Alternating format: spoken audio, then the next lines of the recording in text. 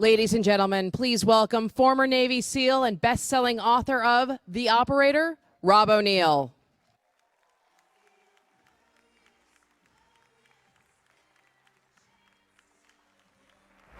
Thanks so much. Thank you. Thank you very much. Thank you for having me. It's great to be back at CPAC. I want to thank Dan and Matt. They invited me last year, but we had a contingency. My airplane caught on fire, so we had to land. But it's great to be here in DC, back in the nation's capital, the beacon of freedom and democracy, Reagan's shining city on the hill. But lately, that beacon has been overshadowed by the toxicity of partisan politics and constant one-upmanship. It seems too many politicians nowadays would rather try to keep their jobs than try to do their jobs.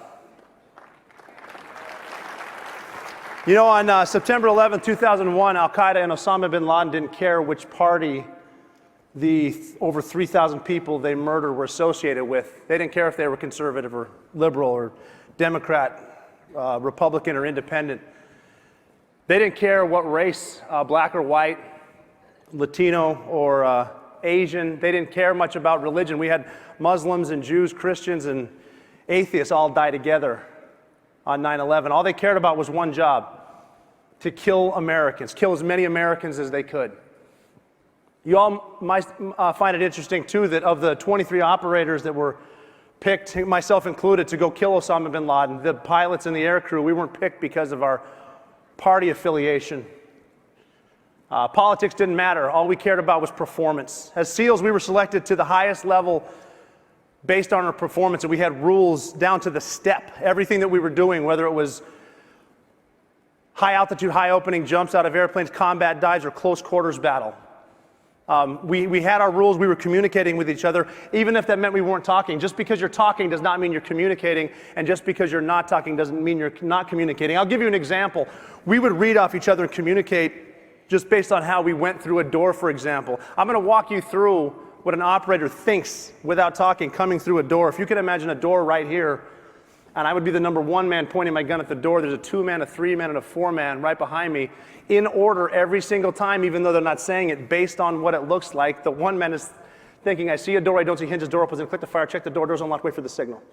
And the signal's going to be a squeeze on the leg from the number 2-man, letting the 1-man know through effective communication, we have enough guys, it's time to go in. He trusts what he's saying.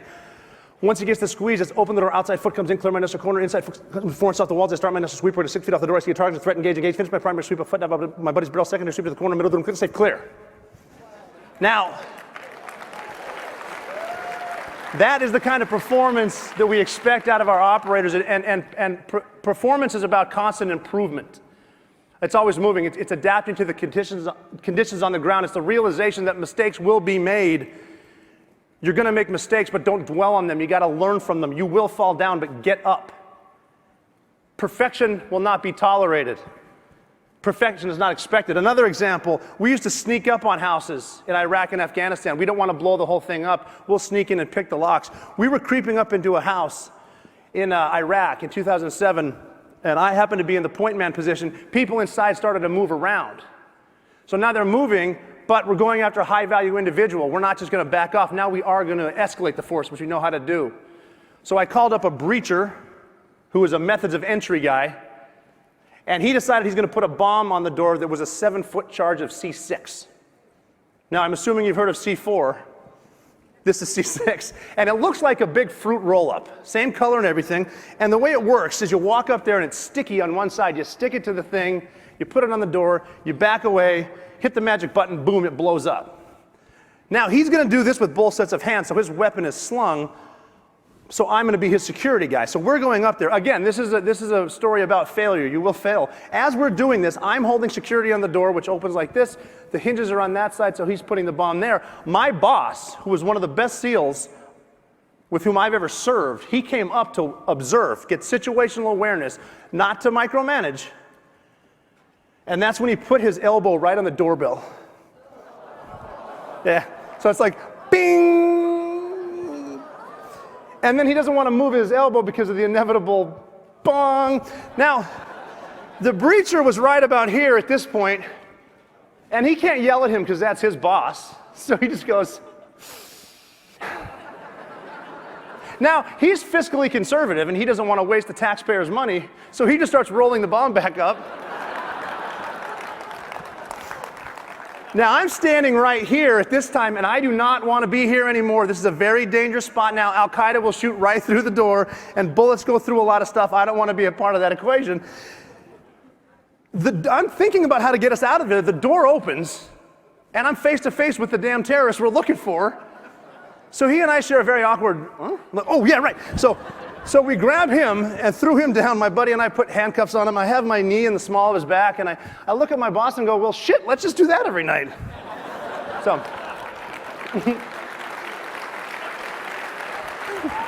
that's, it's never going to be perfect. You will make mistakes, but we learn from it. What did we learn from that? We've been operating in Afghanistan for so long, they do not have doorbells. We're in Iraq, they do have doorbells. What's the new rule? Stay a foot off the door. Simple. So in special operations, as a Navy SEAL, performance matters. And learning from your mistakes matters. Party politics and political correctness do not matter. Performance increases efficiency, mitigates risks, and it solves problems. But most importantly, performance saves lives. It's safe to say that political correctness doesn't do any of those. As Navy SEALs, we were chosen based on performance alone. We did have equal opportunity. You have equal opportunity to show up. After that, you better perform. As a Navy SEAL for 16 years, I was deployed more than a dozen times. I participated in over 400 combat missions, which include I was part of the coalition on the recovery of the lone survivor, Marcus Luttrell. I was the lead jumper and one of the operators on the rescue of Captain Richard Phillips for Somali pirates. I was part of the team that took out Osama bin Laden. Thank you. And I can tell you with 100% certainty that it was performance and not politics that made those missions successful. Now, I recognize where I am. I know I'm speaking at the Conservative Political Action Conference, and it's no secret that my views do lean conservative, but I'm an American. I'm an American first and foremost, and I know that each and every one of you are as well, and you believe in that beacon of Reagan's shining city. That's also why it's been mentioned on social media why I've also spoken out against the idea of a military parade. Now, I know that President Trump's head and heart are in the right place, and he has the best intentions, but that's not what our military is about. Now, granted, we're easy on the eyes, but we are also the most lethal fighting force in the history of the world. We train, we deter, we fight, and we destroy stuff, and that's why we join, that's why we serve. Now, that's one of the reasons I've come to CPAC to speak to, because I'm aware of the organization's feelings about the veterans and how they want to help the vets. I share the same commitment. That's why I started a foundation called Your Grateful Nation. And that's where we transition special operators to the private sector, help them find a lot of jobs. You know, when I got out of the Navy, I wasn't sure what I was going to do. I had 16 years in, didn't know what I wanted to do, but I had certain traits that were common, and I was able to be successful. You know, I've got a beautiful wife. I wrote a best-selling book. Things are going well for me.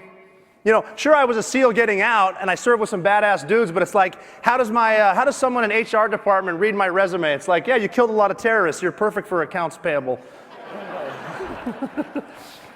But you know, like I said, I found some things, and I'm able to do well. Now that's what we're doing, is we're helping transition veterans to the private sector, because there are people out there, men and women, who have these traits, but they'd almost rather go to combat, back to combat, than fill out a resume, because to them combat makes a lot of sense. That's why the work that Your Grateful Nation is doing is so critical.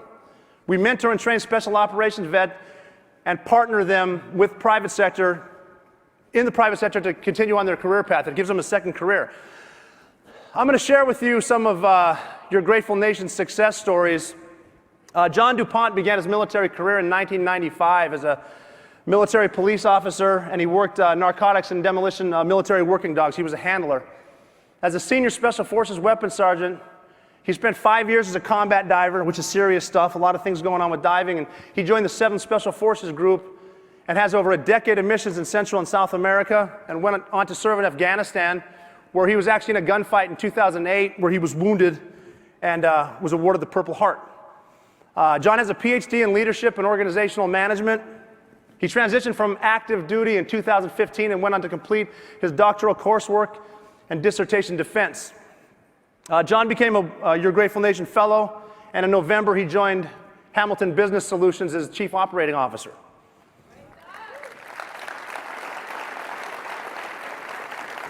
Another one of our fellows is Chris Brantley. Chris pursued the special operations path because he wanted to push himself to work with the best of the best. His 10-year career in Special Forces allowed Chris to tackle some of the most exciting and ambiguous problems the Pentagon and State Department faced. He was able to establish credibility in other countries and develop long-lasting relationships that ultimately enabled him to create strong teams. His service took him to Afghanistan, to Iraq, and other Central Asian countries. Chris has a degree in finance and is on track to earn his MBA. So Chris and all the YGN fellows will make companies better. These guys exemplify performance, don't they? We started off as a let's help the vets get jobs. Now it's let's help our economy and country get better because of these people. Your Grateful Nation's leadership is here today. I'd like to recognize Rob Carilla. I know you're out there. I could talk right there. Sorry about that. It would take me a good hour to talk about Colonel Carilla's 26-year career and his accomplishments, so I'll try to be brief and sort of cover the last 10 years. Rob's led soldiers all over the world, Iraq, Afghanistan, coordinated the largest special operations base realignment in the history of the regiment, acted as a principal strategy advisor to the commanding general in the fight against ISIS, lectured at Columbia Defense University on the ethics of just war, and served in the State Department as a War College intern in the Western Hemisphere Bureau. He's also a Green Beret, so that's cool. and he is a YGN, a Your Grateful Nation alumni. We couldn't have a better guy to lead YGN, so thanks, Colonel, for coming out. Really appreciate moving forward with you. So as you can see, YGN shares the same commitment to performance as the special operations communities they served, and I'm honored to be a part of it. I'm honored to be in front of such great Americans today at CPAC. And I really appreciate you having me. Thanks for your time today. Thank you. Cheers. Thanks, Rob.